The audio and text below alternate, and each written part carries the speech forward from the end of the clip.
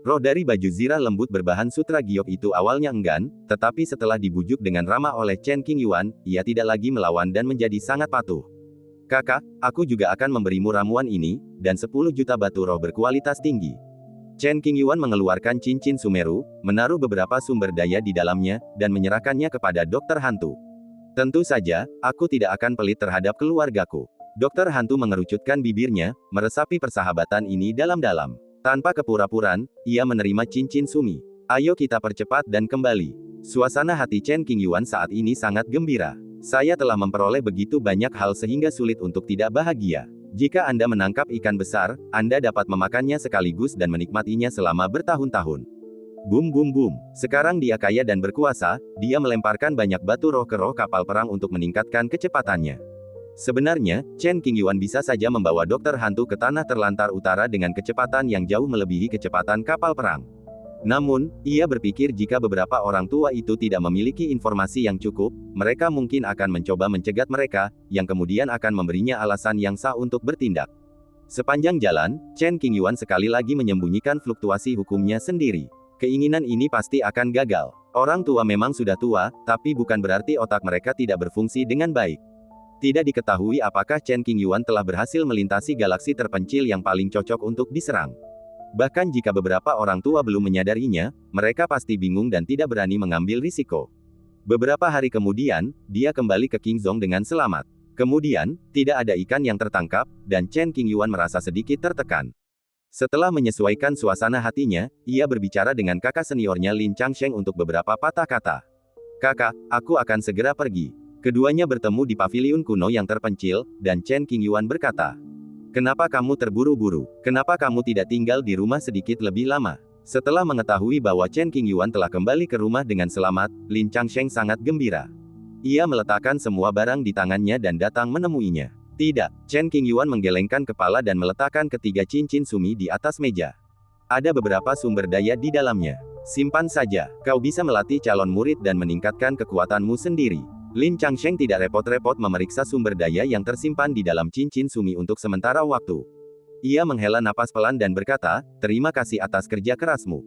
Mengapa kamu mengucapkan kata-kata sopan seperti itu di antara saudara? Senyum Chen Qingyuan hangat hanya ketika dia bersama kerabatnya. Kalau begitu, kamu harus melindunginya. Setiap kali Chen Qingyuan keluar, Lin Changsheng akan khawatir.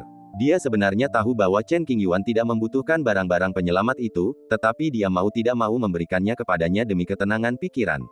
Lin Changsheng adalah orang pertama yang mengetahui bahwa kultivasi Chen Qingyuan telah pulih. Ia berpura-pura tidak tahu, menyembunyikannya dari semua orang, dan tidak mengungkapkannya kepada siapapun. Ya, aku akan pergi. Chen Qingyuan mengangguk, lalu melangkah di atas angin dan berkata, ayo pergi. Desir. Sosok Chen Qingyuan menghilang di ujung lautan awan. Pada saat ini, Lin Changsheng mengambil cincin Sumeru di atas meja, menyelidiki indera spiritualnya ke dalamnya, melihat benda-benda di dalam ruang cincin dengan jelas, dan langsung tertegun.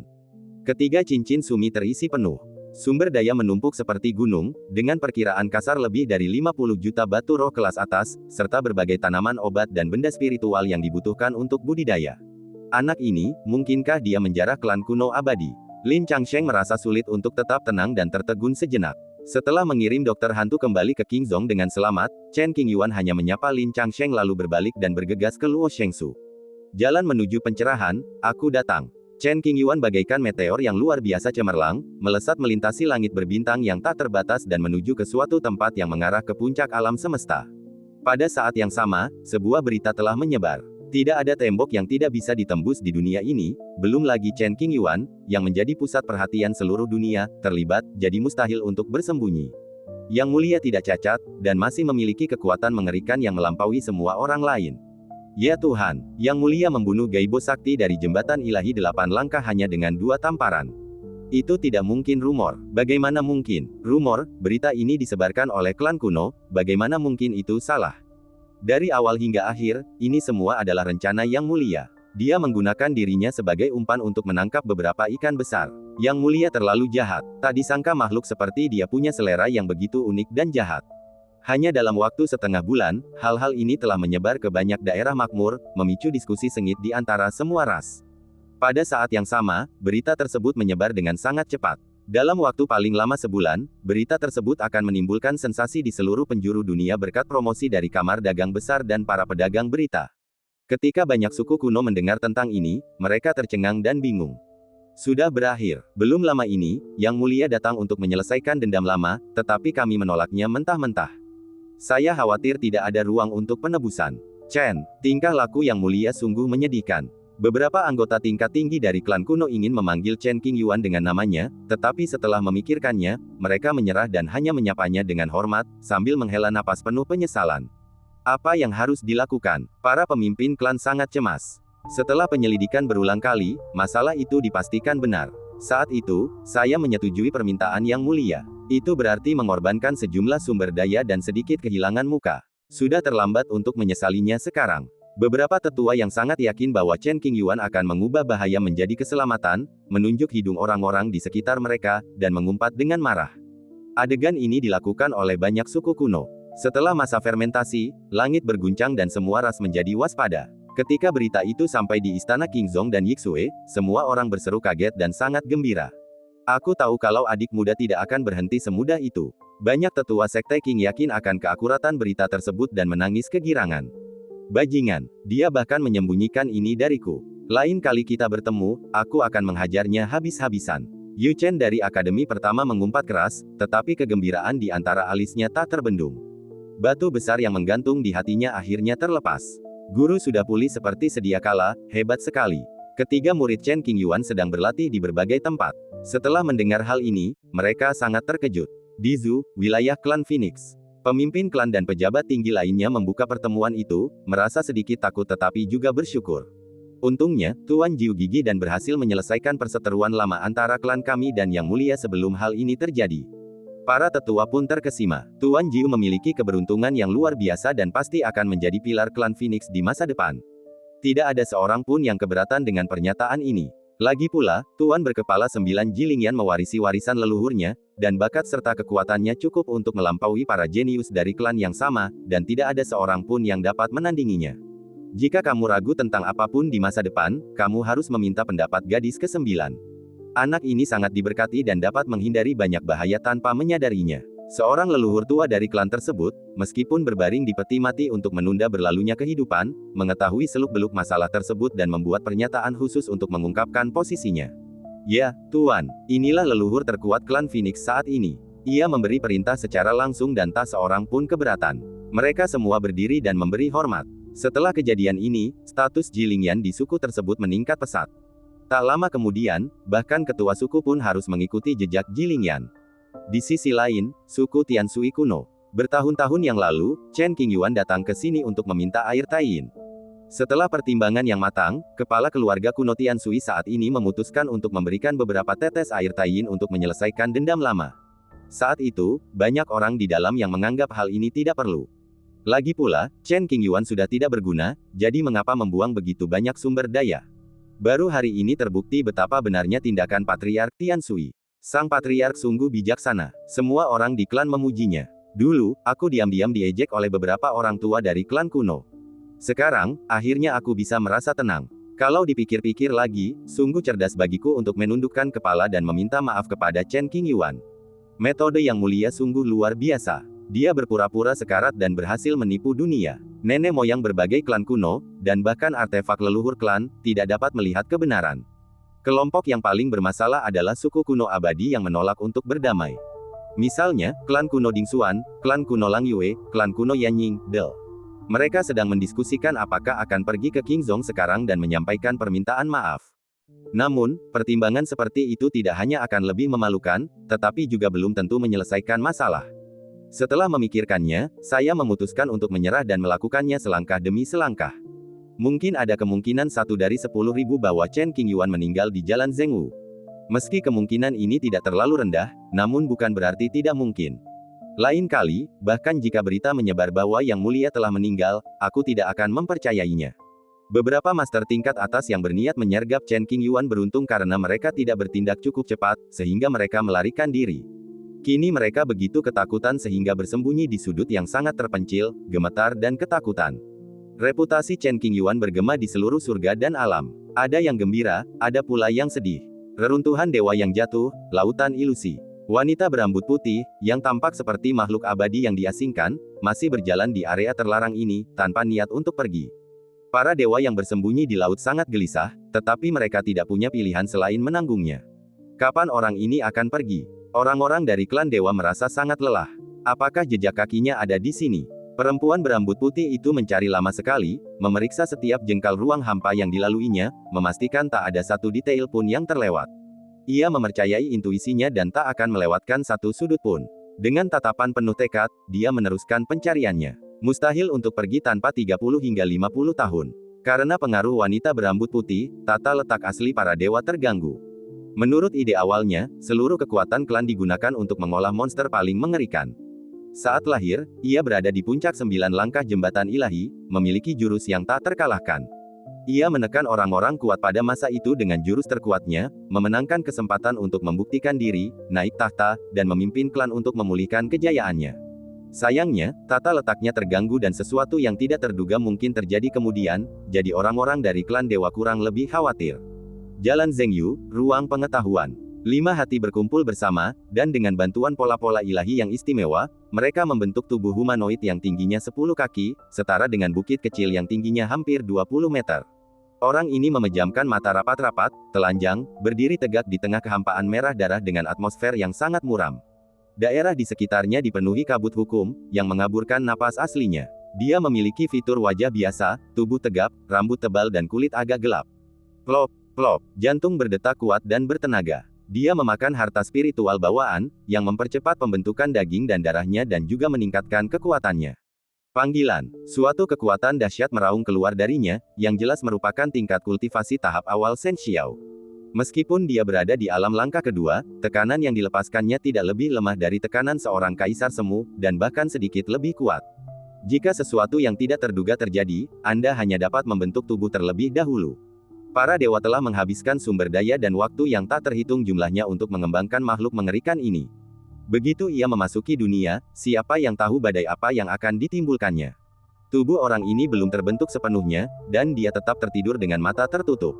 Setiap detak jantungnya seakan mengekspresikan kerinduan terhadap dunia luar, ingin menyambut Zhengli dan mencapai puncak.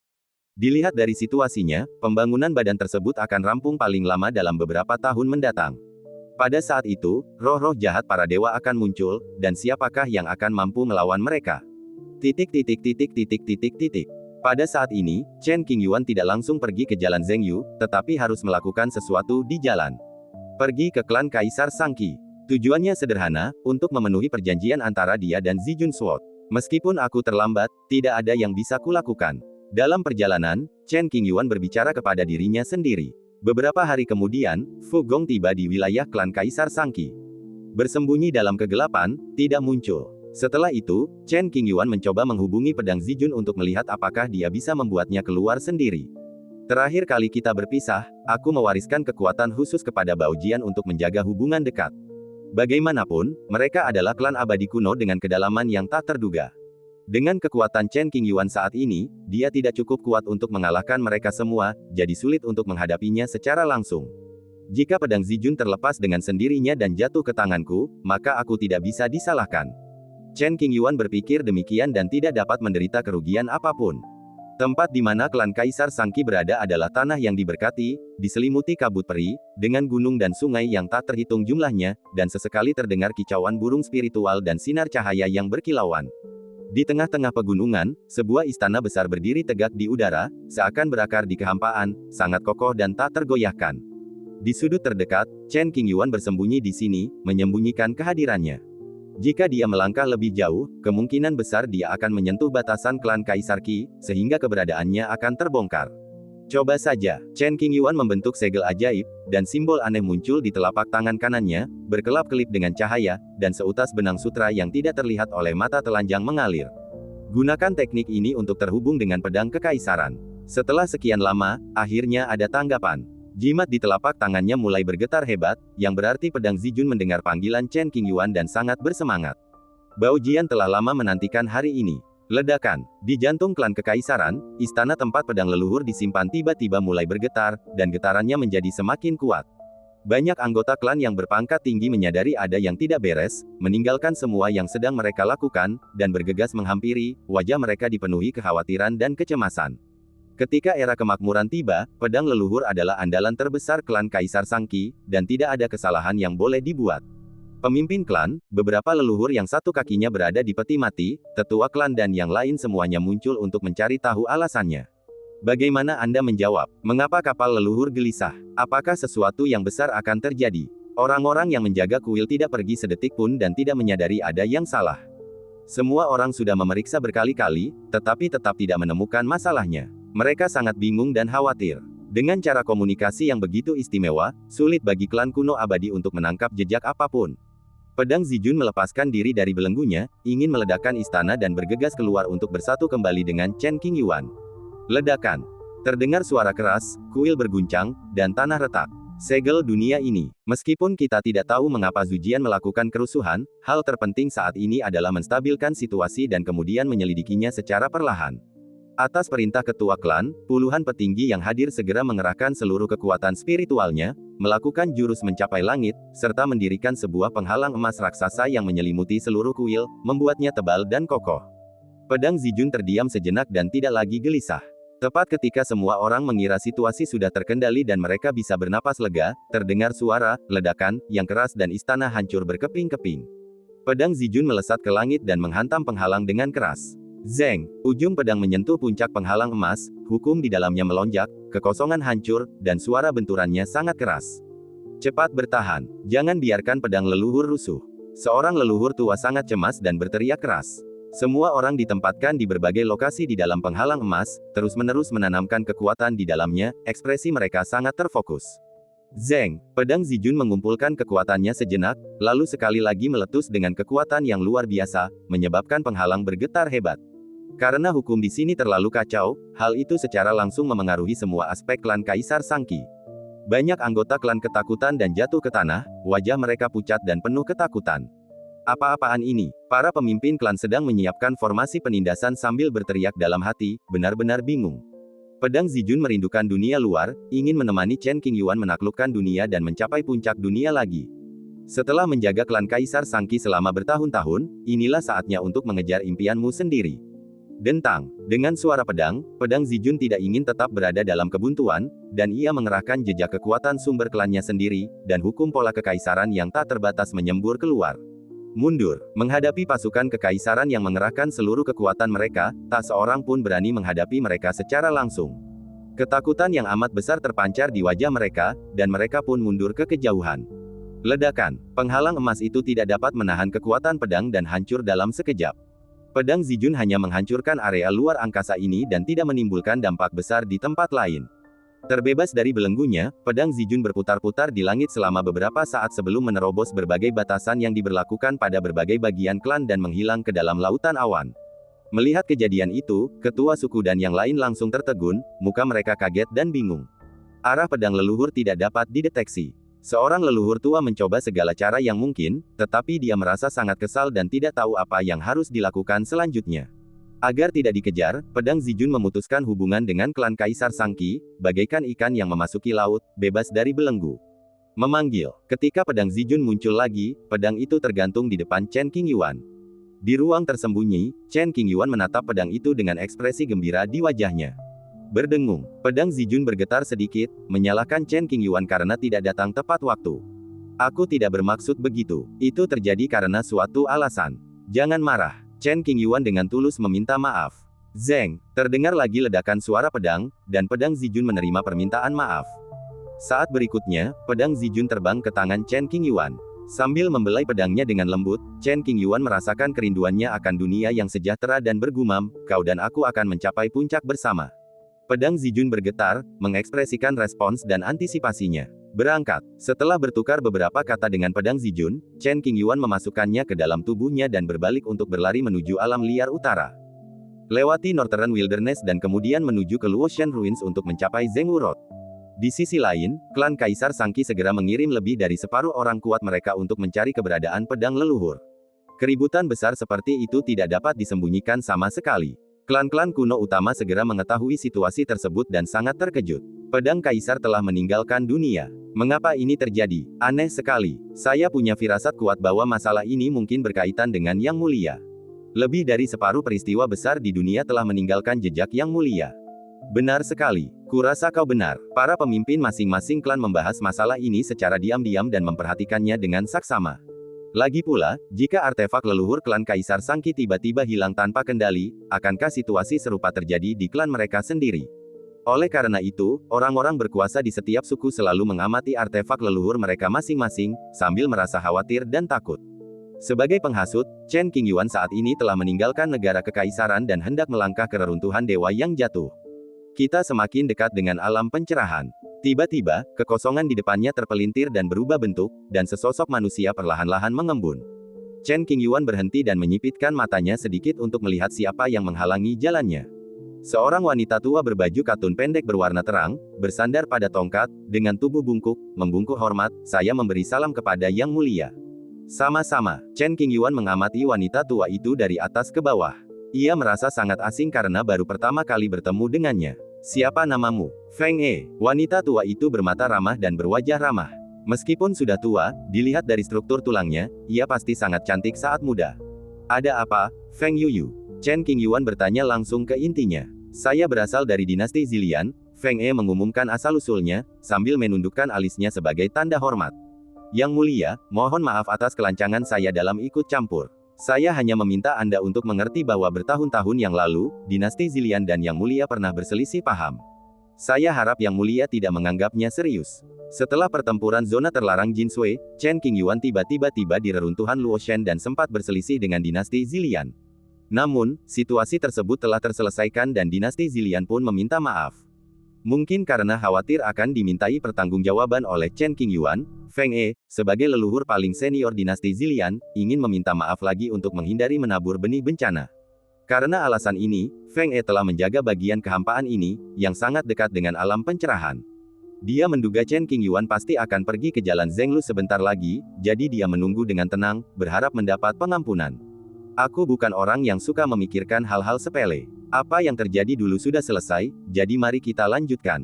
Setelah memahami maksud orang ini, Chen Qingyuan menjawab dengan serius. Karena itu, aku telah menyiapkan hadiah permintaan maaf, dan aku harap kamu akan menerimanya. Setelah mengatakan itu, Feng E mengeluarkan cincin ruang angkasa yang telah disiapkannya sebelumnya dan menyerahkannya melalui udara. Cincin itu melayang di depan Chen Qingyuan dan melayang tanpa bergerak. Setelah melihat cincin itu, Chen Qingyuan tidak menerimanya untuk sementara waktu. Ia malah menatap tajam orang di depannya, terdiam. Saya tahu permintaan maaf ini datangnya agak lambat, tetapi saya juga tahu Yang Mulia tidak kekurangan sumber daya ini. Di dunia saat ini, ada banyak sekali orang yang ingin memberikan hadiah kepada Yang Mulia, berharap bisa terhubung dengan Yang Mulia. Feng E berbicara sangat terus terang dan tanpa dibuat-buat. Sekalipun aku menerima sumber daya yang kau kirimkan, aku tidak akan berjanji apapun. Kau mengerti, meskipun Chen Qingyuan mencintai uang, dia harus mempertimbangkan situasinya. Saya mengerti. Feng E mengangguk dan berkata, sumber daya ini hanyalah hadiah permintaan maaf, tidak ada maksud lain. Sekarang setelah semuanya jelas, tidak ada alasan bagi Chen Qingyuan untuk tidak menerimanya. Dengan suara, "Wosh," dia meraih cincin itu. Seberkas kesadaran spiritual masuk dan memenuhi ruangan dengan banyak harta. Ada puluhan juta batu roh kualitas terbaik dan segala jenis barang langka. Iklan oleh Pub Future. Tidaklah berlebihan jika dikatakan bahwa sumber daya cincin Sumeru ini sendiri melampaui aset pasukan kelas 1 yang tak terhitung jumlahnya. Selain permintaan maaf ini, saya punya satu hal lagi yang ingin saya tawarkan. Yang Mulia bebas menolak. Semuanya terserah Anda. Feng E akan berbicara terus terang. Ceritakan padaku tentang hal itu. Chen Qingyuan ingin melihat apa yang ingin dibicarakan pihak lain. Dinasti Zilian bersedia mengabdikan seluruh sumber daya dan warisannya untuk menjadi garda terdepan di bawah Yang Mulia. Jika Yang Mulia naik tahta, dinasti Zilian tidak akan mencari kejayaan, melainkan hanya melanjutkan warisannya. Jika Yang Mulia gagal, dinasti Zilian tidak akan menyesal dan akan binasa di akhirat. Di tengah dunia yang penuh pertikaian hebat, kekuatan besar dengan sejarah panjang seperti dinasti Zilian tidak bisa berdiri sendiri. Jika seseorang tidak mampu mengembangkan bakat-bakat terbaiknya sendiri, mereka harus bergantung pada orang lain. Melihat seluruh langit dan dunia, Chen Qingyuan memiliki kemungkinan tertinggi untuk mencapai puncak.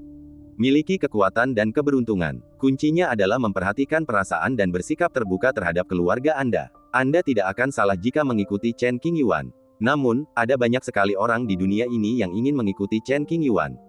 Di luar gerbang Qingzhong, sering kali ada orang-orang kuat atau penjahat yang datang dengan tulus, bersedia melayani Chen Qingyuan dan mengikutinya melewati hidup dan mati. Banyak orang iri pada Ye Yu dari klan Roh Api, mengatakan betapa beruntungnya dia. Awalnya, dia hanyalah seorang jenius di klan, tetapi karena hubungannya dengan Chen Qingyuan, statusnya di klan setara dengan ketua klan, dan dia bahkan menerima bimbingan pribadi dari leluhurnya. Sebelum datang, Feng E telah berdiskusi dengan semua pejabat tinggi dinasti dan berusaha semaksimal mungkin memanfaatkan kesempatan ini. Apakah menurutmu aku butuh bantuan dinasti Zilian? Chen Qingyuan tidak langsung setuju dan mengemukakan pertanyaan ini. Dengan kekuatan yang mulia, klan kami tidak bisa memberikan banyak bantuan. Paling-paling, kami hanya bisa menyediakan sedikit sumber daya dan melakukan hal-hal sepele. Feng E berpikir dalam-dalam sejenak lalu menjawab dengan jujur. Lalu mengapa saya harus peduli? Ekspresi Chen Qingyuan dingin dan dia bertanya lagi. Sejarah klan kita mungkin menarik bagi Yang Mulia. Tidak akan terlambat untuk mengambil keputusan setelah Yang Mulia mendengar semuanya. Feng E tidak panik, tetapi tetap tenang. Bicaralah. Chen Qingyuan berdiri di sana dan memperhatikan. Sebelum menceritakan kisah ini, Feng E memasang beberapa penghalang, tampak gugup dan waspada. Putra mahkotalah yang memberi tahu saya berita ini. Feng E menjelaskan sumber informasi sejarah tersebut sebelumnya, lalu melanjutkan, nenek moyang saya pasti memiliki hubungan dengan Kaisar Qi Heng. Setelah mendengar ini, ekspresi Chen Qingyuan akhirnya berubah sedikit. Meskipun ada perubahan, namun perubahannya tidak terlalu kuat. Karena dahulu kala, ketika Chen Qingyuan dan Nangong Ge bertemu, mereka membicarakan masalah ini. Saya mendengar pangeran menyebutkannya. Memang benar Chen Qingyuan tahu tentang ini. Bagaimana menurut Anda, Yang Mulia? Tidak melihat keterkejutan di wajah Chen Qingyuan, Feng E merasa sulit untuk tetap tenang dan menunjukkan sedikit kecemasan. Saya tidak punya pendapat, kata Chen Qingyuan acuh tak acuh. Mendengar ini, mata Feng E sedikit meredup. Ia perlahan melangkah ke samping dan membungkuk, maaf telah membuang-buang waktu Anda. Kupikir dengan hubungan karma yang halus dengan Kaisar Qi Heng ini, aku bisa mendapatkan rasa hormat Chen Qingyuan. Sayangnya, sepertinya sia-sia. Pada titik percakapan ini, Feng E tidak punya kartu lagi untuk dimainkan dan harus diam dan mengalah. Chen Qingyuan melangkah maju beberapa langkah, lalu tiba-tiba berhenti, berpikir dengan saksama. Ia berbalik dan berkata, jika aku membutuhkan bantuan dinasti Zilian di masa depan, kita bisa membicarakannya. Feng E, yang merasa patah hati, tiba-tiba mendongak seolah mendengar suara alam. Kegembiraan yang tak tersamarkan, dan ia mempersembahkan hadiah istimewa lainnya, klan kami selalu siap menjawab perintah Yang Mulia. Kami akan menerjang gunung pedang dan lautan api, dan kami hanya membutuhkan kata-kata Anda. Sambil tersenyum tipis, Chen Qingyuan berhenti berbicara dan melangkah menuju alam pencerahan. Memiliki satu teman lagi bukanlah hal buruk. Selain itu, dinasti Zilian cukup tulus, dan yang mereka inginkan hanyalah memastikan kelanjutan warisan mereka sendiri. Baru setelah sosok Chen Qingyuan menghilang di kejauhan, Feng E perlahan menegakkan punggungnya. Rasa hormat di matanya masih ada dan tidak menunjukkan tanda-tanda akan hilang. Saat ini, reputasi Chen Qingyuan terdengar di seluruh dunia, dan banyak sekali orang yang ingin mengikutinya.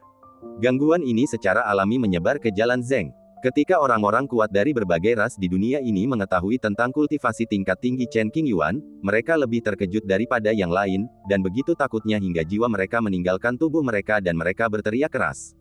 Yang Mulia ada di sini. Tak terhitung banyaknya kultivator berkumpul di langit berbintang tempat jalan menuju pencerahan terbentang.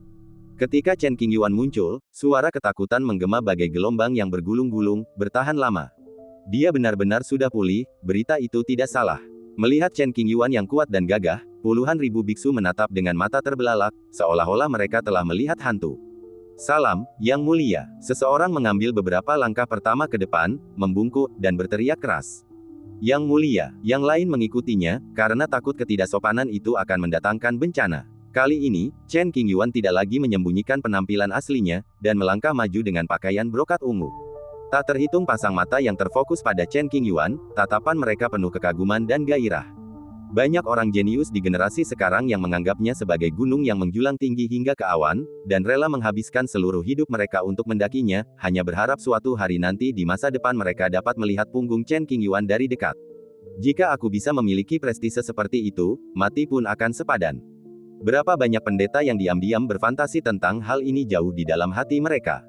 Di bawah tatapan banyak orang, Chen Qingyuan berjalan melewati pintu kuno dan secara resmi melangkah ke Jalan Zengwu. Setelah Chen Qingyuan pergi, ledakan teriakan dan diskusi panas terdengar dalam kehampaan, bagaikan gelombang yang bergulung-gulung, tak berujung dan deras. Pada saat yang sama, bahkan orang-orang berkuasa di puncak jalan menuju pencerahan belajar tentang peristiwa-peristiwa besar di dunia luar. Yang mulia, kesehatan Anda baik-baik saja. Anda hanya berpura-pura sebelumnya. Di sudut, Ji Lingyan dari klan Phoenix dan Mo Lianxing dari klan Kaisar Sangki tiba-tiba mendengar ini. Pupil mata mereka langsung membesar dan mereka terkejut. Mengingat gaya yang mulia, Anda benar-benar mampu melakukan ini. Ji Lingyan sedikit lebih tenang, dan kesedihan di antara alisnya menghilang dalam sekejap. Ia dipenuhi sukacita dan merasa nyaman di dalam. Yang mulia, jangan ragu. Mo Lianxing menatap ke kejauhan, alisnya mengendur dan bibir merahnya sedikit terbuka. Jangan menyinggung yang mulia, dia akan menyimpan dendam. Kekhawatiran di hati kedua gadis itu sirna. Mereka melangkah maju bersama, berbincang dan tertawa. Mereka berharap bertemu Chen Qingyuan di suatu tempat di Jalan Zhengyu. Di tempat lain, Luo Liuyin dari klan Kekaisaran Lin Qian maju terus, tak terkalahkan dan sulit menemukan lawan. Dia berencana menggunakan teras Tongtian untuk mencapai lokasi yang lebih tinggi, tetapi ketika Qiatu mengetahui berita dari dunia luar, ekspresinya langsung berubah dan matanya menjadi setajam pisau. Aku tahu kau takkan berhenti semudah itu. Luo Liuyin berdiri di tengah lautan awan, tangannya di belakang punggung, bergumam dalam hati, firasatku benar. Luo Liuyin menganggap Chen Qingyuan sebagai lawan terkuat dalam hidupnya, jadi dia harus bekerja keras untuk menjadi lebih kuat dan menunggu sampai mereka bertemu di puncak untuk bertarung sengit. Surga pertama, lautan bintang cemerlang dan makmur. Chen Qingyuan, mengenakan jubah brokat ungu, siap menuju langsung ke Tongtiantai dan memulai penaklukan. Saya melintasi bintang-bintang yang mempesona dan melihat banyak orang mempertaruhkan nyawa mereka demi kesempatan. Di galaksi Liuhan, ada tempat yang luar biasa. Saat melewati suatu tempat, Chen Qingyuan secara tidak sengaja mendengar ini. Karena penasaran, ia mengirimkan secerca kesadaran spiritual untuk menyelidiki secara rinci. Setengah jam kemudian, saya mendapat gambaran umum tentang apa yang sedang terjadi. Tempat di mana seorang pahlawan kuno meninggal. Kebencian masih ada, membentuk tempat yang teduh. Chen Qingyuan berdiri di suatu tempat di langit berbintang, melirik alam rahasia berbahaya yang tidak jauh dari sana, dan tidak berniat untuk terlibat. Setelah langkah ini, alam rahasia peluang biasa hampir tidak akan menarik perhatian Chen Qingyuan. Kecuali jika itu adalah semacam keberuntungan yang menentang surga, itu tidak berguna bagi tubuh reinkarnasi dan sulit untuk meningkatkan kekuatannya. Suara mendesing. Tidak ada apa-apa di sana, jadi Chen Qingyuan berbalik dan pergi. Tidak lama kemudian, kami tiba di Tongtiantai. Banyak orang berkumpul di sini, termasuk beberapa orang kuat yang terkenal di seluruh dunia. Salam, Yang Mulia. Saat Chen Qingyuan muncul, semua orang membungkuk untuk menyambutnya, tidak berani menunjukkan sedikit pun rasa tidak hormat. Sama-sama, semuanya. Chen Qingyuan mengangguk dan menjawab dengan sopan. Dia melangkah menuju penanda batas, mengabaikan pandangan orang lain. Yang Mulia, saya Wang An dari Menara Tingyu. Saya mohon untuk mengikuti Anda dan menjadi pelayan Anda. Seorang pemuda jangkung, tidak takut ditolak, melangkah maju dengan berani dan menyatakan niatnya. Kamu dan aku tidak ditakdirkan untuk bersama. Sebagai tanggapan, Chen Qingyuan menolak tanpa ragu. Ada terlalu banyak kejadian serupa. Kalau aku mau, mungkin aku akan punya pengikut. Saat ini, aku belum kepikiran seperti itu. Banyak wanita cantik, dari keluarga baik-baik dan bertemperamen baik, menatap Chen Qingyuan dengan tatapan penuh perasaan, berharap bisa dekat dengannya. Namun, mereka tahu bahwa Chen Qingyuan tidak tertarik pada wanita, jadi mereka tidak perlu mempermalukan diri sendiri. Tahukah Anda, bahkan Mo Lianxing yang secara alami menawan pun ditolak mentah-mentah ketika ia ingin bersama Chen Qingyuan. Sedangkan wanita lain, mereka sama sekali tidak punya kesempatan. Desir. Setelah beberapa saat menarik napas, Chen Qingyuan melangkah ke penanda batas di depannya. Pemandangan di depanku tiba-tiba berubah, membentuk ruang yang dipenuhi kabut putih. Aku melirik sekeliling beberapa kali, tetapi tidak dapat melihat ujung ruangan. Merayu. Tiba-tiba, sesosok putih muncul tidak jauh di depan. Sosok itu transparan, tanpa fitur wajah apapun, dan fluktuasi kultivasi yang terpancar dari tubuhnya jelas merupakan langkah pertama jembatan ilahi. Meskipun ia berada pada langkah pertama jembatan ilahi, kekuatannya jauh lebih dekat dengan langkah kedua. Engah. Chen Qingyuan tidak menunjukkan ekspresi apapun dan menjentikkan jarinya. Seberkas cahaya menembus alis sosok transparan itu dan menyebabkannya meledak. Berdengung. Saat berikutnya, pintu hukum mengembun di sampingnya. Chen Qingyuan melangkah ke gerbang hukum, meninggalkan ruang unik ini, dan kembali ke Tongtiantai. Dia melewati penanda batas pertama dengan mudah dan menuju penanda batas kedua. Situasinya sama dengan dua penanda batas berikutnya, yang tidak dapat menghentikan Chen Qingyuan sama sekali. Hanya dalam waktu singkat, tubuh Chen Qingyuan ditutupi dengan lapisan tipis pola hukum. Wow, sebuah pasukan khusus menyembur keluar dari pusat Tong Tiantai, mengirim Chen Qingyuan ke ruang lain. Di langit kedua, langit berbintang bagaikan mimpi, penuh warna-warni. Tempat dia muncul adalah teras Tong Tian di surga kedua. Sosok Chen Qingyuan muncul di sini, membuat sejumlah besar biksu ketakutan hingga wajah mereka berubah drastis, dan mereka berteriak ngeri, "Yang mulia." Chen Qingyuan melirik semua orang, lalu menyatu dalam kehampaan dan menghilang. Mari kita lihat pemandangan surga kedua terlebih dahulu, mungkin kita bisa menemukan sesuatu yang menarik. Setelah berkeliling beberapa hari, saya menemukan beberapa herba spiritual berkualitas baik. Rasanya hambar saat dimakan, tapi sayang untuk dibuang. Zeng, tiba-tiba, pedang Zijun yang tersembunyi di tubuh bergetar sedikit. Chen Qingyuan merasakan sesuatu, segera berhenti dan berbicara kepada Bao Jian, "Ada apa?" Berdengung. Pedang Zijun berdengung lagi, menjelaskan situasinya. Tampaknya ia mencium bau yang familiar dan ingin agar Chen Qingyuan tidak pergi terlalu cepat, jadi ia pergi menyelidiki lebih lanjut. Mata Chen Qingyuan sedikit berubah, dan dia berdiri di sana, menunggu dengan sabar. Dalam waktu yang dibutuhkan sebatang dupa untuk menyerang, pedang Zijun mengidentifikasi Fang Qi dan memberi Chen Qingyuan beberapa petunjuk. Benar, setelah menerima instruksi yang jelas dari pedang, Chen Qingyuan berbalik dan berjalan ke kanan, tidak terlalu cepat. Beberapa jam kemudian, pedang Zijun di tubuh Chen Qingyuan tiba-tiba bergetar, bas. Di sini, Chen Qingyuan segera berhenti, melihat sekeliling, dan sedikit mengerutkan kening. Ada beberapa bintang di sekitarnya, yang berputar menurut aturan dan urutan tertentu. Setelah mengamati beberapa saat, saya tidak menemukan apapun. Kamu tidak salah, Chen Qingyuan bertanya dengan lembut. Zeng, pedang itu menjawab, meyakinkannya bahwa itu benar, lalu menunjuk lagi, memastikan bahwa itu adalah bintang biru di kanan depan. Kalau begitu aku akan mencarinya. Atas dasar kepercayaan, Chen Qingyuan tentu saja harus menanggapinya dengan serius dan tidak asal-asalan. Jika dia benar-benar dapat menemukan tempat, Chen Qingyuan pasti akan mendapatkan sesuatu. Sedikit keakraban bisa membuat pedang Zijun, senjata leluhur klan, begitu bersemangat. Jelas sekali apa hubungannya. Dengan sekejap, ia turun ke bintang biru. Kesadaran ilahi meliputi seluruh bintang, dan area dalam radius 999 km seluruhnya adalah lautan. Di sebidang tanah kecil yang tersisa berdiri puncak yang menjulang tinggi. Menyeberangi kehampaan dan langsung mencapai tempat di mana pegunungan berada. Chen Qingyuan berdiri di udara, menatap gunung di depannya, seolah-olah sedang menatap pedang yang siap dihunus, kekuatan pedangnya melonjak dan dahsyat. Zeng, pedang Zijun bergetar sedikit di dalam tubuhnya, menandakan disinilah tempatnya. Ada sebaris kata-kata yang terukir pada dinding batu di puncak gunung. Biarkan aku bertanya pada dunia, siapakah di dunia ini yang dapat dibandingkan denganku? Setiap kata terukir dalam di dinding batu dan memiliki kekuatan Tao yang khusus, sehingga relatif jelas dan belum terhapus oleh hukum waktu. Jejak-jejak yang ditinggalkan Kaisar Sangqi di sini. Chen Qingyuan merasakan kekuatan pedang yang dahsyat datang ke arahnya dan berkata dengan lembut, siapa yang bisa berdiri bahu-membahu denganku? Sungguh sombong. Namun, dia memang punya kualifikasi untuk menjadi sombong. Sebagai kaisar generasi pertama, makhluk tak terkalahkan di masanya, dia sepenuhnya memenuhi syarat untuk mengatakan ini. Dahulu kala, Kaisar Sangqi belum mencapai puncak dan memulai jalan menuju pencerahan. Ketika melewati tempat ini, beliau tersentuh dan mengukir kata-kata ini. Memanggil, memikirkan teman lamanya, pedang Zijun meninggalkan tubuhnya dan melayang di depan dinding batu, bergetar sedikit dan menunjukkan kegembiraan yang besar. Chen Qingyuan tidak mencoba menghentikannya, tetapi hanya menonton dengan tenang. Setelah sekian lama, pedang Zijun terlepas dari tangan Chen Qingyuan dan menembus tubuhnya. Melangkah maju, Chen Qingyuan mengulurkan tangan untuk menyentuh kata-kata di dinding batu, merasakan maksud pedang secara lebih intuitif. Dia perlahan-lahan menutup matanya, dan seberkas cahaya pedang muncul dari tubuhnya, dan mulai berbenturan dengan pedang yang diarahkan ke dinding batu, membelah langit dan memisahkan lautan. Baris kata-kata ini, dengan kekuatan bagai pedang yang menjulang ke angkasa, sudah menunjukkan tanda-tanda memasuki Tao. Singkatnya, ketika Kaisar Sangqi pertama kali datang ke dunia ini, ia menempa hati pedang tertinggi yang mencapai puncak, dan memiliki gaya tak terkalahkan yang memandang rendah semua pahlawan. Setelah beberapa jam, angin dan ombak mereda. Melalui jejak yang ditinggalkan para pendahulunya, Chen Qingyuan memperoleh sedikit wawasan. Tidak ada yang lain, ayo pergi. Chen Qingyuan sedang berbicara dengan pedang Zijun. Pedang Zijun tidak memikirkan masa lalu dan menjadi sangat pendiam. Jika Anda terus berjalan, Anda pasti akan menemukan lebih banyak jejak keberadaan kuno.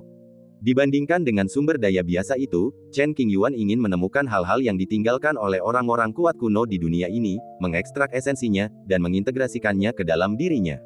Aku ingin berjalan di jalanku sendiri. Dalam kehidupan ini, Chen Qingyuan pasti akan menghadapi banyak tantangan untuk mencapai puncak dan meraih kesempatan pencerahan. Baginya, hal terpenting yang harus dilakukan saat ini adalah menciptakan teknik yang sesuai dengan tubuh Dao-nya. Di era kemakmuran saat ini, jika Chen Qingyuan hanya mengandalkan sutra Liang Yi Sangsuan yang diajarkan oleh wanita berambut putih, ada kemungkinan besar dia tidak akan mampu mencapai puncak, dan akan dibiarkan dengan penyesalan yang tiada habisnya seperti pada zaman kuno 300.000 tahun yang lalu. Chen Qingyuan pergi ke tempat lain untuk menghargai pemandangan, mencari jejak kaki pahlawan kuno, dan memperoleh pencerahan dan meditasi.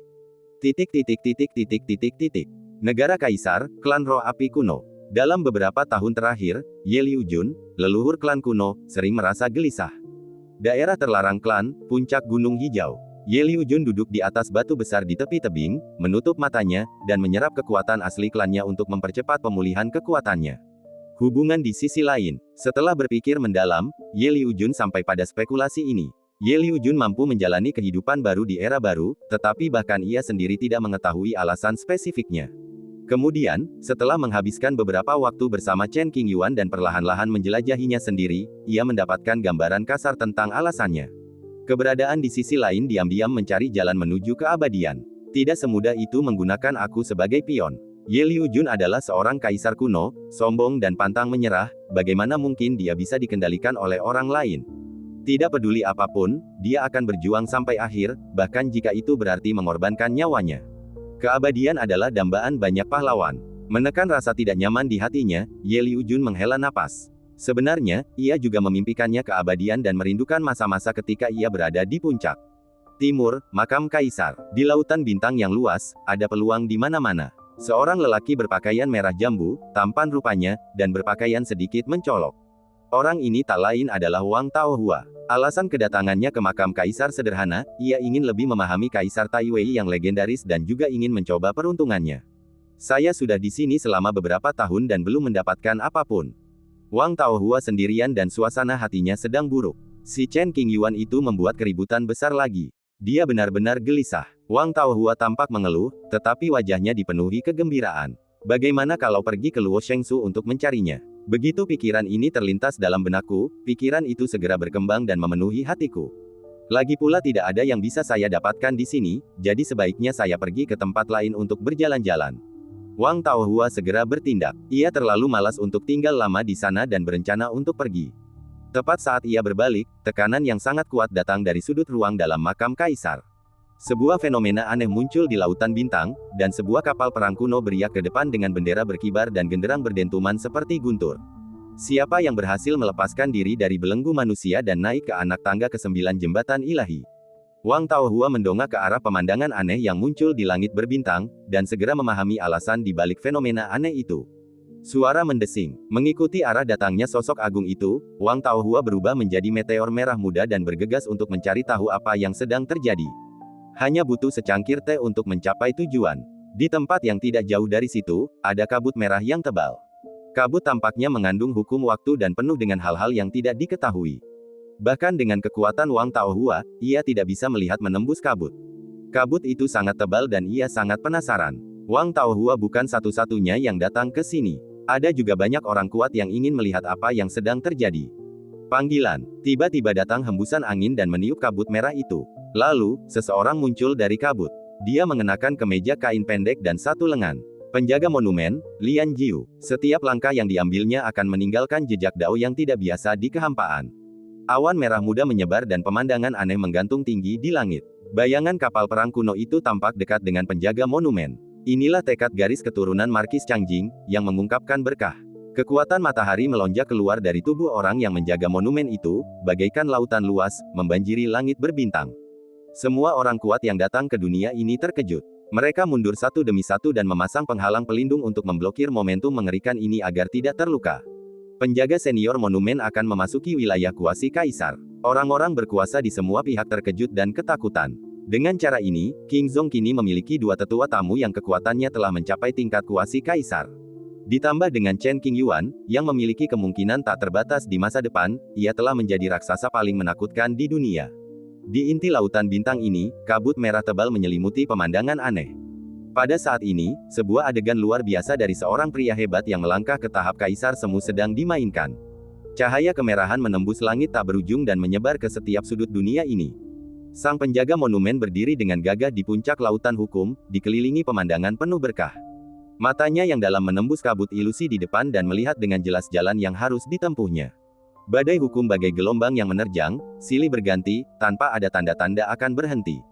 Dia turun perlahan, rambut panjangnya berkibar. Permukaan tubuhnya berkilauan samar-samar dengan pola-pola misterius, dan kekuatannya yang luar biasa menyebar ke segala arah, seolah-olah seekor binatang buas kuno telah terbangun, meraung keras, mengaduk angin dan awan, menyebabkan langit dan bumi berguncang, dan mengejutkan hukum-hukum yang bergulir.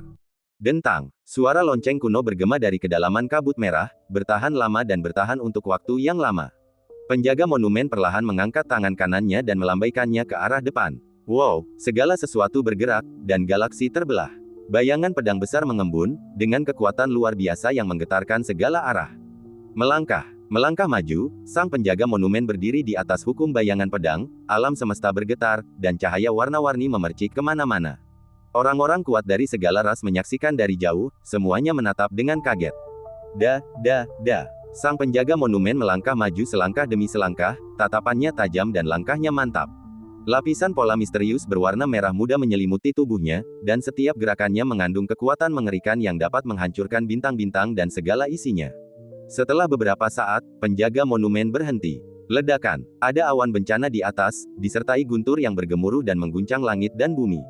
Kesengsaraan guntur yang berisi kebenaran hakiki langit dan bumi mulai mendatangkan malapetaka di dunia ini, berupaya melahap penjaga monumen yang ada tepat di bawahnya.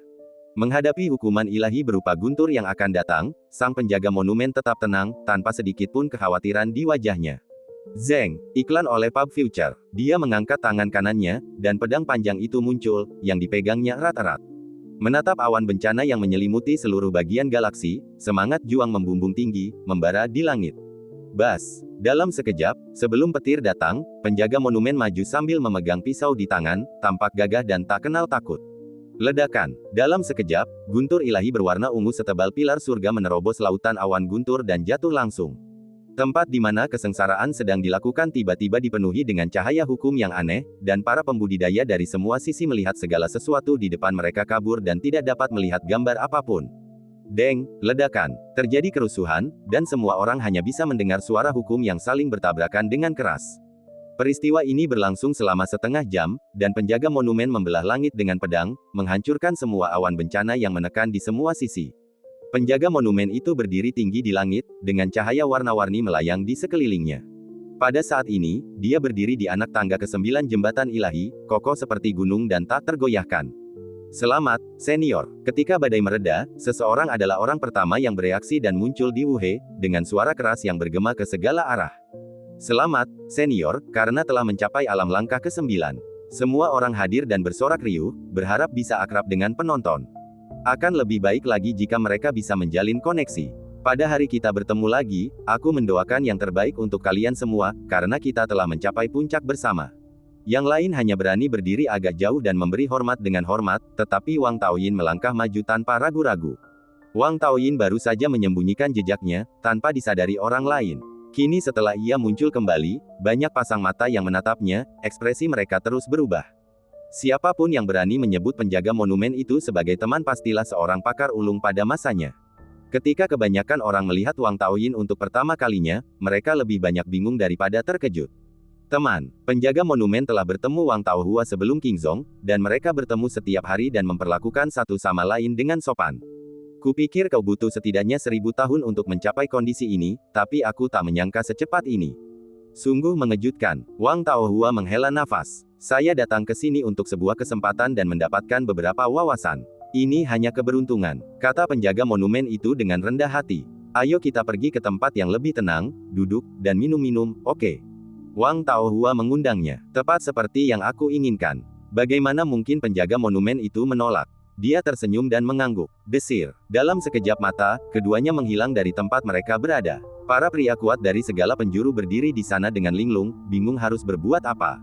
Setelah sekian lama, para pria perkasa di lapangan akhirnya tersadar, memaksakan senyum getir dan mendesah pilu.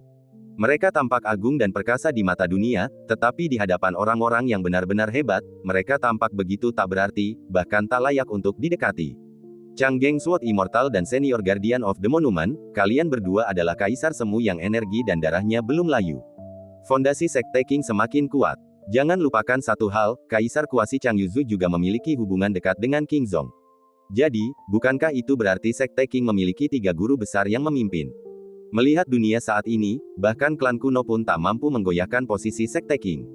Sekte Qing telah menjaga jurang iblis selama lebih dari 300.000 tahun, menghadapi kehancuran berkali-kali, tetapi untungnya mereka selamat.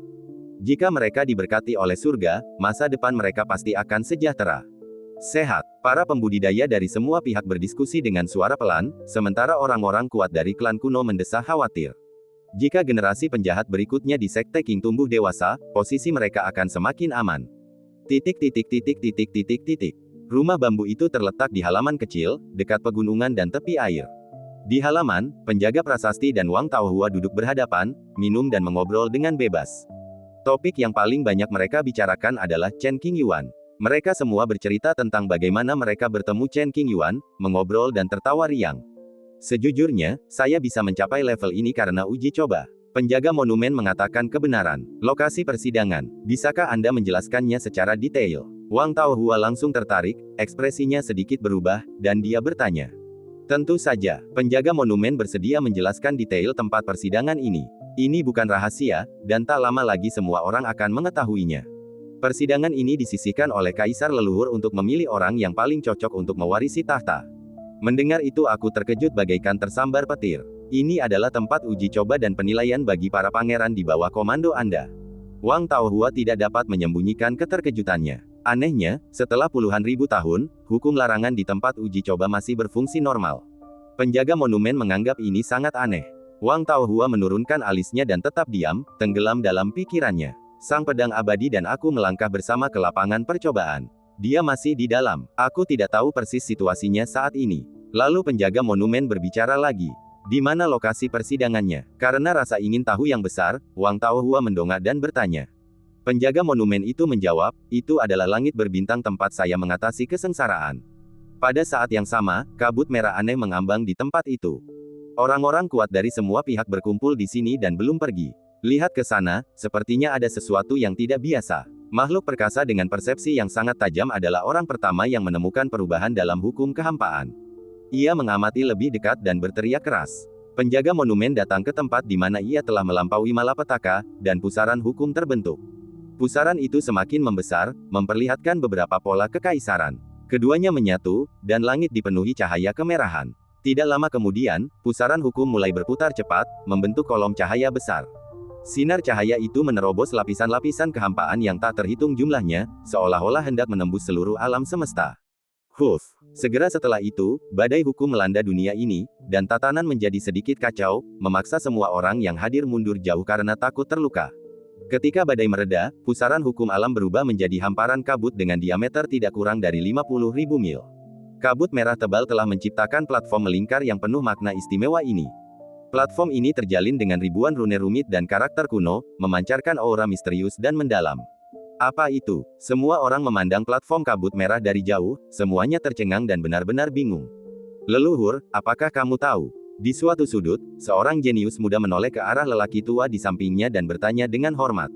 Pengadilan Raja, lelaki tua yang tampak sangat tua ini telah menatap platform kabut merah. Ia menemukan petunjuk di lautan kesadarannya dan ekspresinya dipenuhi keheranan dan ketidakpercayaan. Ujian untuk seorang pangeran. Leluhur, apa artinya ini? Shao Ge Tianjiao mengulanginya beberapa kali, tetapi tidak begitu memahaminya, jadi dia bertanya lagi. Ini adalah karya Kaisar Agung Tai Wei, yang menggunakannya untuk memilih jenderalnya. Sebagai anggota klan kuno yang berpangkat tinggi, lelaki tua itu mampu membaca banyak buku kuno dan dengan demikian membuat penilaian yang akurat tentang pemandangan di hadapannya.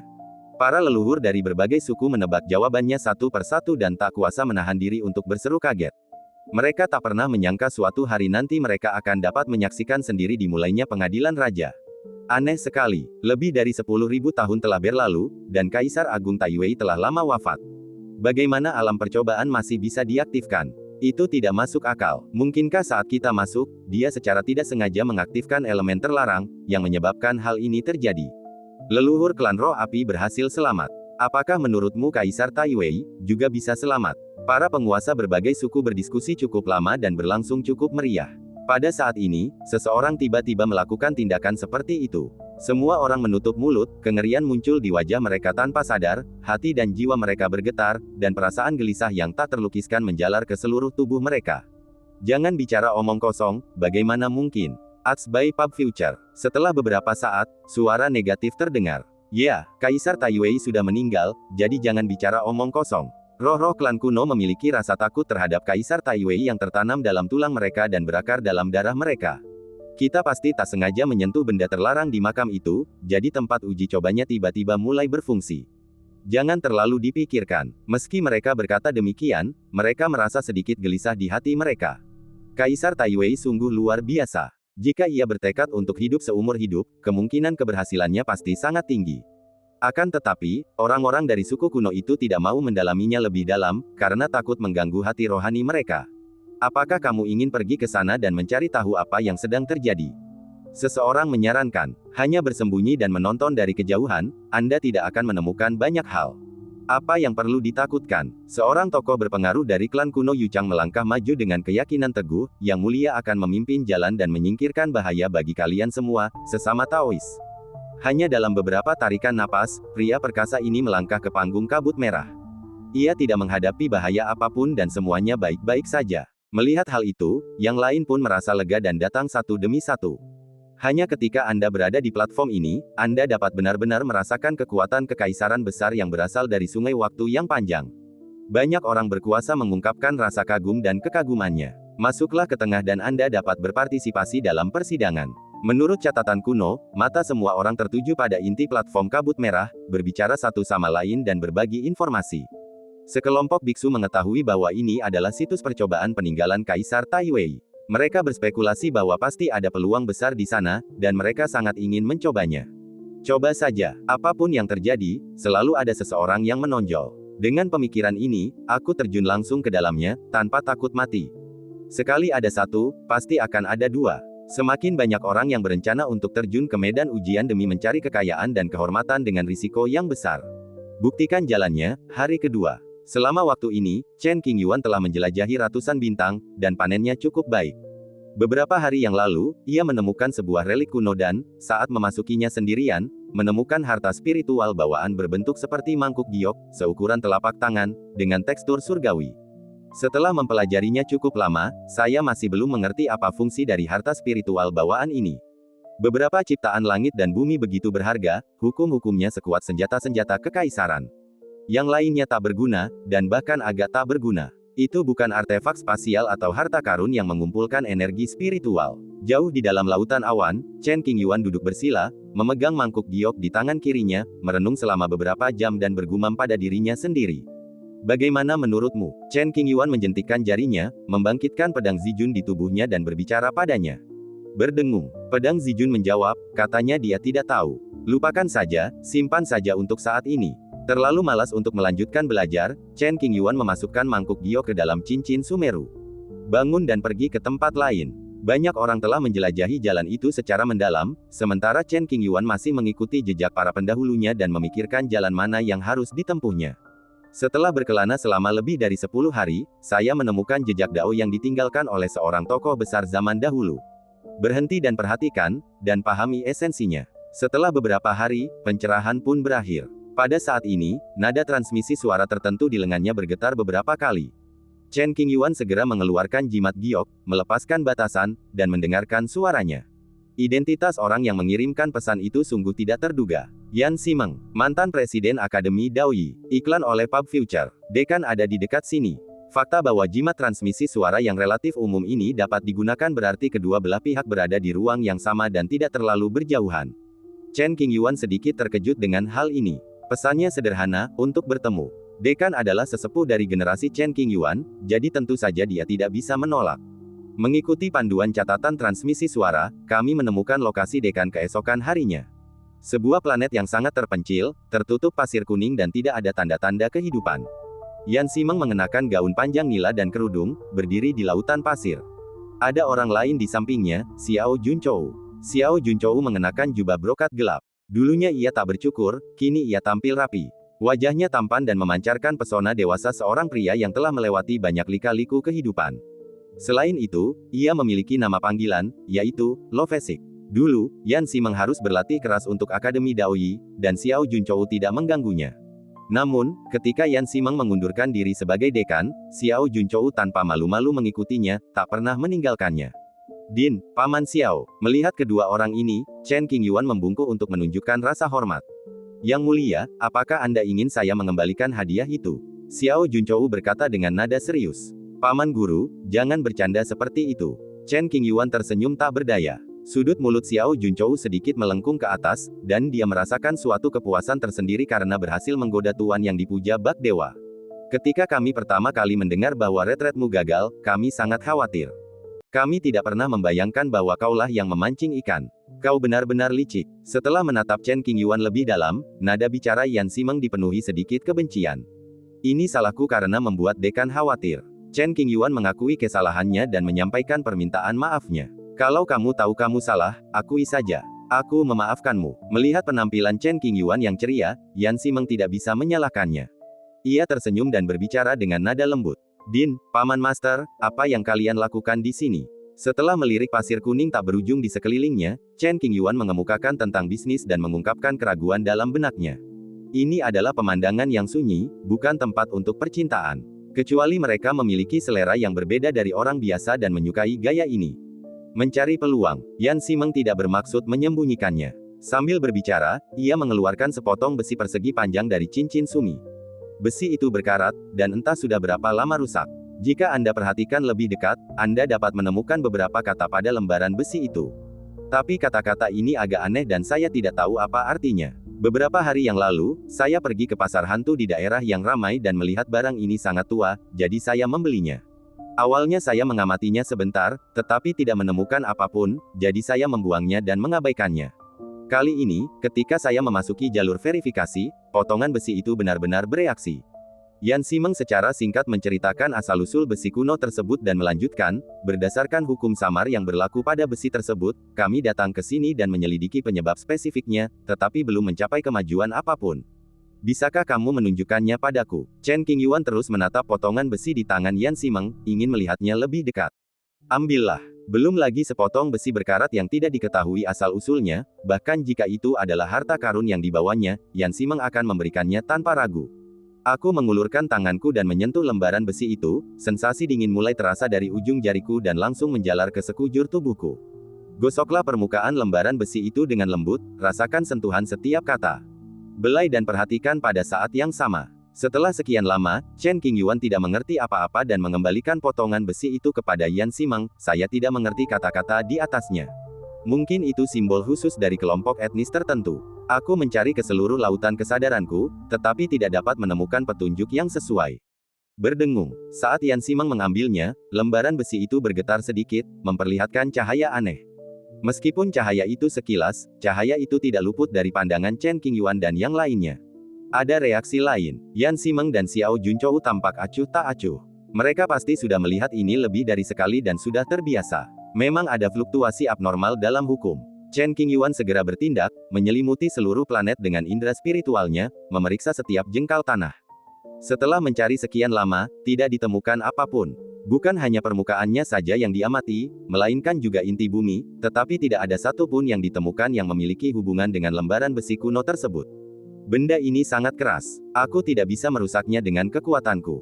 Benda ini tidak bisa dihancurkan. Yan Ximeng mencoba beberapa kali, tetapi tidak berhasil merusaknya sama sekali. Setelah sekian lama, belum juga berubah menjadi bubuk. Bahan lembaran besinya pasti luar biasa. Berdasarkan pengalaman saya, mungkin ada ruang independen yang sangat tersembunyi di sini. Karena lembaran besi kuno itu telah mengalami sedikit perubahan, tempat ini jelas lebih dari yang terlihat. Chen Qingyuan pernah mengalami situasi serupa sebelumnya, dan bagaimana menemukan dunia kecil yang halus ini, semuanya bergantung pada takdir. Biarkan saja, Yan Ximeng tidak terburu-buru. Jika tidak menemukannya hari ini, ia akan datang berjalan-jalan ketika ada waktu. Mungkin saatnya belum tiba, dan saat ini belum diketahui peluang apa yang terkait dengan bongkahan besi kuno itu. Menyingkirkan potongan besi itu, Yan Ximeng menatap Chen Qingyuan dan berbisik pelan, apa rencanamu selanjutnya? Apakah kau akan membunuh untuk mencapai puncak jalan? Melihat pemandangan di mana-mana, tidak ada arah yang jelas untuk dituju. Jawab Chen Qingyuan, apakah kamu ingin menemani kami? Yan Ximeng mengundangnya. Tepat saat dia hendak membuka mulut untuk menjawab, Chen Qingyuan merasakan sedikit niat buruk, yang datang dari Xiao Junchou. Xiao Junchou menatapnya dengan tatapan yang memperjelas maksudnya. Jangan ikut bersenang-senang, nak. Temui saja aku. Keluar dari sini. Tidak, Chen Qingyuan tidak ingin mengganggu dua orang di depannya, jadi dia menolak. Aku mengerti. Pamanku memang sudah berusaha sekuat tenaga untuk melindungimu. Xiao Junchou mengangguk diam-diam dan tersenyum lega. Din, Paman Master, saya pergi dulu. Setelah mengobrol beberapa kata, Chen Qingyuan melangkah ke langit berbintang dan perlahan menghilang di kejauhan. Setelah bertahun-tahun, Xiao Junchou dan Yan Ximeng belum membuat kemajuan berarti, mempertahankan hubungan ambigu sebagai kakak perempuan dan murid junior. Meskipun Xiao Junchou telah memecahkan kaca jendela, keduanya masih belum mengonfirmasi hubungan mereka. Alasannya sederhana, Yan Ximeng tidak ingin rekan Tao-nya terlalu lemah. Dengan kekuatan Yan Ximeng saat ini, ia mampu menekan Xiao Junchou dengan satu tangan. Bukannya ia meremehkan Xiao Junchou, melainkan ingin mendorongnya untuk berlatih keras dan tidak bermalas-malasan seperti sebelumnya. Kakak senior, tempat ini tidak cocok untuk ditinggali terlalu lama. Ayo kita cari tempat lain. Tatapan mata Xiao Junchou saat menatap Yan Ximeng penuh dengan kasih sayang, yang tidak pernah berubah dari masa mudanya hingga saat ini. Seperti katamu, Yan Ximeng mengangguk dan berkata. Keduanya datang untuk membuktikan jalan mereka, tidak berharap untuk mencapai puncak, yang tidak realistis, tetapi hanya berharap untuk mendapatkan sedikit keberuntungan dan meningkatkan kekuatan mereka. Masih ada lebih dari 100 kotak kue Zixiangzai. Silakan dimakan, kakak senior. Sambil berjalan perlahan ke depan, Xiao Junchou mengeluarkan sekotak makanan ringan yang harum dan memegangnya di depan Yan Ximeng dengan kedua tangan, dengan lembut. Toko kue ini cukup terkenal. Kue-kue ini dibuat dengan cermat menggunakan berbagai benda spiritual sebagai bahan baku, dan merupakan kue favorit Yan Ximeng. Baru saja Chen Qingyuan memberikannya kepadanya, Xiao Junchou takut uang itu akan dibagi di antara mereka, jadi dia sengaja tidak mengeluarkannya. Air. Yan Ximeng makan 2 potong kue. Xiao Junchou yang telah menyiapkan sirup khusus segera menyerahkan cangkir tersebut. Para praktisi tidak membutuhkan makanan untuk mengisi perut mereka, apalagi seorang master tingkat atas seperti Yan Ximeng. Perilaku ini murni tentang menikmati hidup. Lebih tepatnya, ini jelas tentang romansa dan menebus penyesalan masa muda. Kakak, bahuku agak sakit, bisakah kakak memijatnya? Duduk di kereta perang, Xiao Junchou tanpa malu-malu mengajukan permintaan. Gulungan. Yan Ximeng membolak-balik buku dan memarahi tanpa mengangkat kepalanya. Ada sebaris kata yang tertulis pada sampul buku, kisah yang harus diceritakan oleh dekan dan saya. Penulis cerita ini adalah Chen Yiyi dari Qingzhong. Bisnis gadis ini bahkan meliputi daerah makmur Luo Shengsu. Dengan memanfaatkan buku cerita sebagai gimmick, ia membuka jalur perdagangan di berbagai daerah, dan bisnisnya pun semakin berkembang. Jika ia terus seperti ini, cepat atau lambat ia akan menciptakan kamar dagang paling makmur di dunia. Oh, Xiao Junchou tidak patah semangat setelah ditolak, dan ia pun tidak pergi. Malah, ia mendekat, kakak senior, bagaimana kalau aku memijatmu? Perhitungannya begitu besar sehingga siapapun dapat menebak apa maksudnya. Dengan suara, "Pa," Yan Ximeng mengayunkan telapak tangannya dan menamparkan Xiao Junchou hingga keluar dari kereta. Kemudian terdengar suara dingin, "Tunggu sampai kau bisa mengalahkanku sebelum kau memanfaatkanku."